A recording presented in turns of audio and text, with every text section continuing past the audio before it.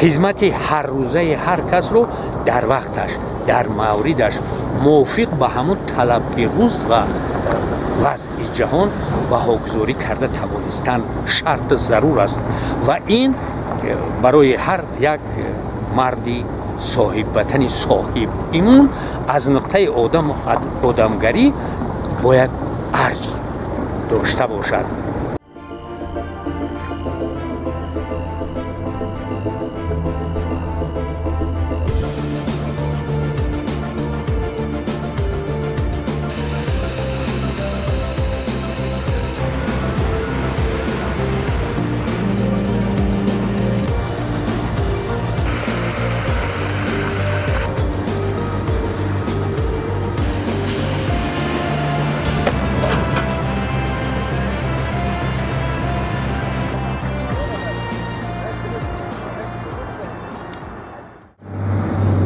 بله، بعضی نورسان و جوانان ما که از تاجیکستان برون می روند و پیشرفت ترقیات بعضی ممالک خاصه دولت های اروپا را می بینند،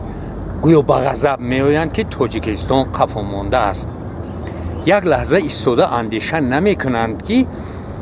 استقلال تاجیکستان را همگی 33 سال شد و آن دولت هایی که آنها رو امروز در آغوش گرفته است و آن شخصیت هایی که آنها رو مبلغ گذاری کرده استفاده میبرد 500 سال باز در یک شکل ادامه دارد و البته پیش می رود، ترقی می کند. وابسته به وضعی که در تاجیکستان 30 سال مقدم پیش آمد، همین شب روز رو ما حتی تصور کرده نمی توانستیم. خاصه جنگ دهشت انگیز خانوادگی که در تاجیکستان دامن پهن کرده بود، تر خشک دیار و کلی شهروندان تاجیکستان تمام رعیت رو به تشویش آورده بود، چون که جنگ نه تنها در سرتاسر مملکت یا میان محل ها، ولایت ها، ناحیه ها، حتی همسایه ها، حتی در هر یک خاندان خشونت جو داشت. یعنی برای همین این رو جنگ خانوادگی میگفتند. یعنی جنگ حتی در هر یک خانه تاجیکستانی ادامه داشت و پیش اون رو گرفتن حتی شخصا در عقل منی در آن شب روز دامن 40 ساله نمی گنجید که در یک مهلت کوتاه چنین تنجی و آرامی پیش می آید و در سرتاسر عالم شهرت می یابند. شاید امروز جوانان خصوصا نورسان ندونند که در همان زمان شوروی که تا حال کلانترهای ما و در گفته آنها جوانان و نورسان هم زمان شوروی را یاد آورده افسوس میخورند، در خود همین قلمرو شوروی تاجیک کی بود نمیدونستند. بله، حتی در خود مسکو و لنینگراد تاجیک را معرفی کردن مشکلی های زیادی داشت. ولی امروز خوشبختانه تاجیک رو نه تنها در قلمرو سابق شوروی، حتی در تمام کره ارض در سرتاسر عالم میشناسند. اقلا شکر همین رو به جا آورده پیش رو بیاریم که چی بخت نصیب نسل امروز گشته و همه همین آبادی، آزادی، پیشرفت و دست یافتن با اعمار کاخ نور که در آینده برای 100 ساله ها خدمت پیش می آورد، محض با پی قدم استقلال دولت ملی و آزادی سرتاسری به دست آمد و با کارداری های سرور دلاگاه و مورد شناس و خردمند زمان گذشته که چنین امکانیت را تأمین کرده توانست. محض برای همین من سرور محبوب کشورمان را پرزیدنت موفقی در این زمان بسیار پر از تشویش‌های زیاد پیش آمده، یعنی محترم امام علی رحمان رو در یک کتاب خویش حکیم زمان نام بردم. در این راستا این اولین گفته من نیست. هنوز سال 1998 من با نام کرشمه بخت یک اثر آفریده بودم که در اساس تجربه پیش آورده محترم امام علی رحمان پیشنهاد گشته بود و در این میون نه یک بار و دو بار و 10 بار، شاید 10 ها مراتب، 100 ها مراتب در شکل های گوناگون، در نگاشته های خرد و بزرگ، حتی در جلد های علاهیده این مضمون رو پیشنهاد ساختم. ولی متاسفانه مردمی ما خاصه جوانان نورسان امروز از خواندن دور افتادند و همین حکیم زمان که در مجموعه علاهیده 10 سال مقدم پیشنهاد گشته بود و چند روز پیشتر در صحیفه های سرتاسری عالم آن را پیشنهاد ساختم، به چشم یک چند دلسیاه افتاده و ایراد گرفتند که گویا این محابات باشد. نه برادران عزیز، من همچون یک مرد موسفید روزگار دیده که تمام دهشت های تاجیکستان را شاهد بودم، دیدم، کتابت کردم، نواربرداری کرده و کارکرد کرده 10 مرتبه پیشنهاد ساختم. این لحظه رویاروی شما بار دیگر تاکید می‌دارم که امام علی رحمان حقیقتاً هم حکیم زمان است،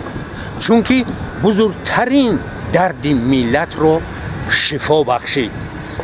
جنگی که در تاجیکستان پیش آمده بود تر و خشک دیار را در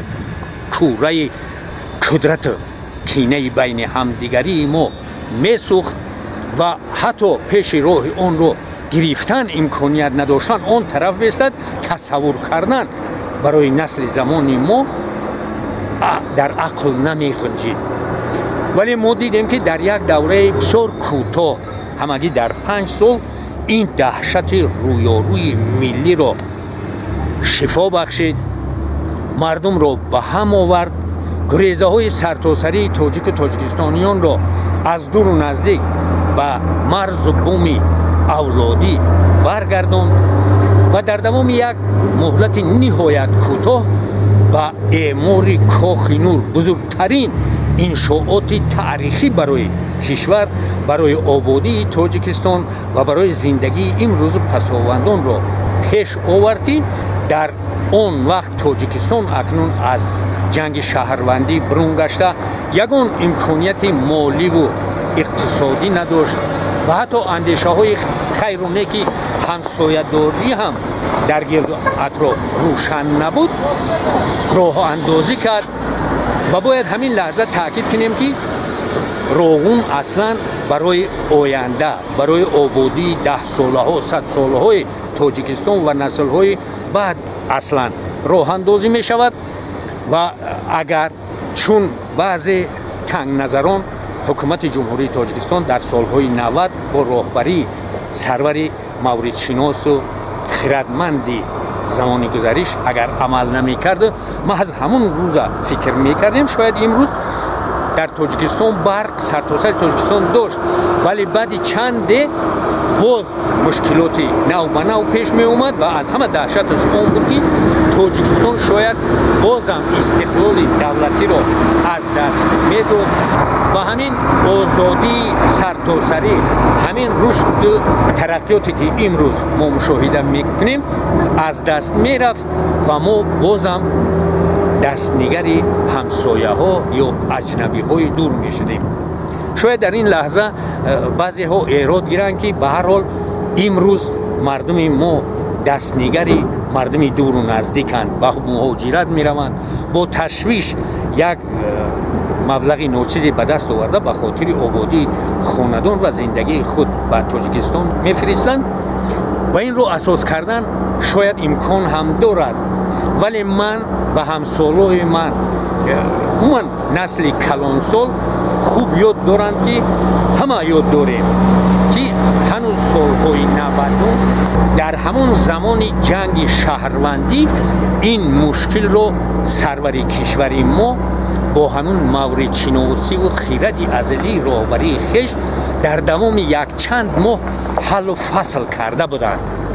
بله شاید چطوری چند بار تکرار کردم یادآور شدیم، نورسان جوانان ندانند ولی نسل کلانسال خوب میداند که وقتی استقلال دولتی ملی پیش آمد و تاجیکستان از هیئت جمهوری‌های سابق شوروی برون گشت و مناسبت‌های بین دولتی از بین رفتن، اردی تاجیکستان، گندم تاجیکستان که اصلا از همسایه کشورها خاصه از قزاقستان و روسیه می اومد برهم خورد و مردم ما که با محصولات نانی با ارد با گندم عادت کرده بودند و زندگی رو به این تصور کردن هم مشکل بود. یک گشنگی دهشت انگیزی سرتاسری رو در آن سالها پشت سر کردیم و کار تا به درجه رسیده بود که بعضا ما گوشت تناول کرده نمیتوانستیم. ولی این جای محبت هم نیست، چون که وقتی که قومی ملتی که با نان با ارد با گندم و محصولات گندمی عادت کرده است، حتی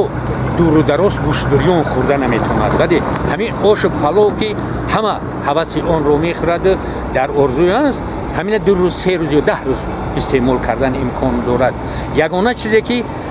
مردم به نان عادت کرده رو تسکین میبخشد محض گندم و محصولات گندمی است و این به سر مردم تاجیکستان دهشت بسیار وزنی رو پیش آورد که در همون شب و روز پرسین از کلانسالهای خیش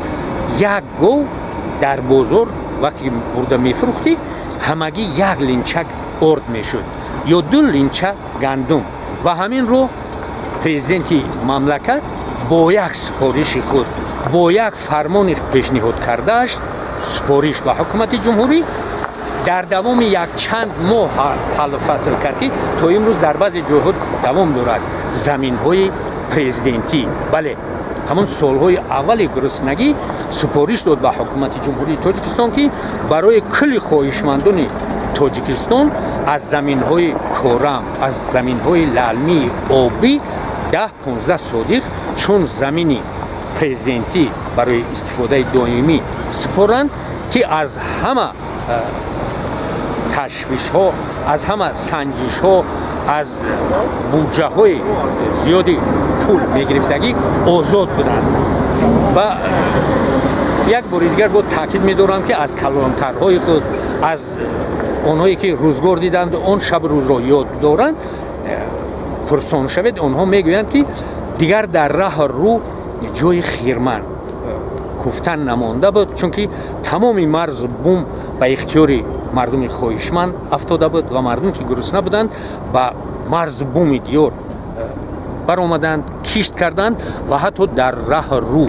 در تمام جاهای ماشینگذر هم خیرمن‌های کشت و کار پیدا شد و در دوام همگی چند ماه نرخی